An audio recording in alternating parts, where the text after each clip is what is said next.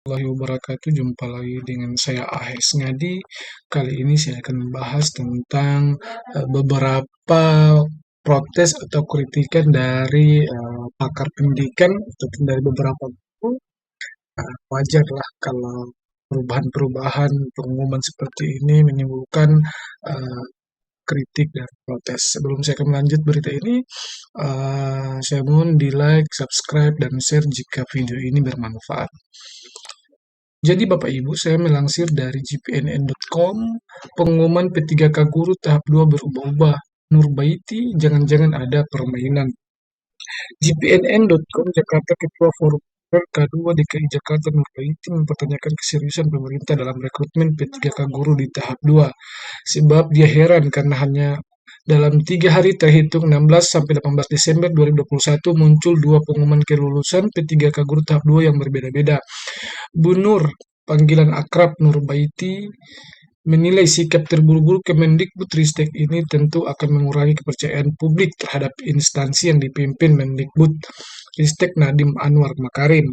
Kenapa bisa kayak begini ya? Sekelas kementerian loh. Ini masa bisa berubah-ubah, kata Nur kepada gpnn.com Sabtu 18 Desember 2021. Nur mengatakan seharusnya pemerintah tidak kesusu mengambil keputusan. Menurut dia, apabila keputusan itu sudah final, baru boleh diumumkan kepada publik. Sebelum saya melanjutkan berita ini, saya juga mungkin juga ada beberapa faktor, ya. Jadi kita tetap berprasangka baik kepada pemerintah.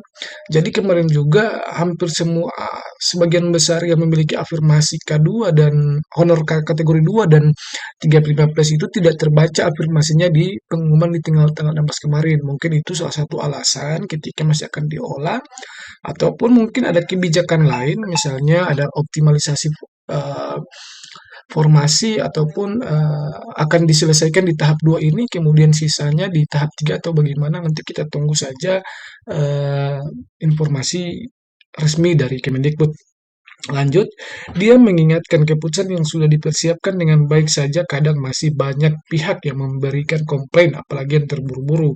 Lebih lanjut, Nur menilai berubahnya jadwal pengumuman kelulusan P3K Guru tahap 2 itu sama saja menggiring opini publik bahwa kinerja kementerian tersebut buruk. Nah, hal ini pun dilanjut dia bisa memunculkan kecurigaan publik tentang adanya dugaan permainan di balik semua ini yang tentunya dapat merugikan orang banyak. Bagaimana mau dianggap berkinerja baik kalau kesalahan ini sampai 2 kali?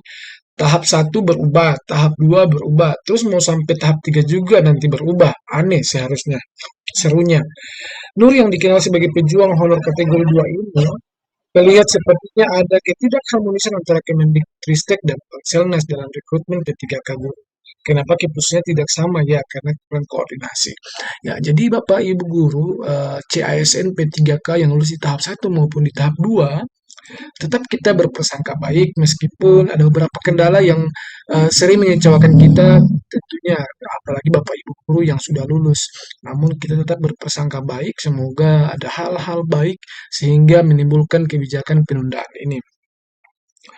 Nur khawatir jangan-jangan peserta yang sudah dinyatakan lulus pada 16 Desember tiba-tiba pada 21 Desember namanya hilang sehingga akan menimbulkan masalah baru. Nah, saya berpikir tidak akan hilang status kelulusannya.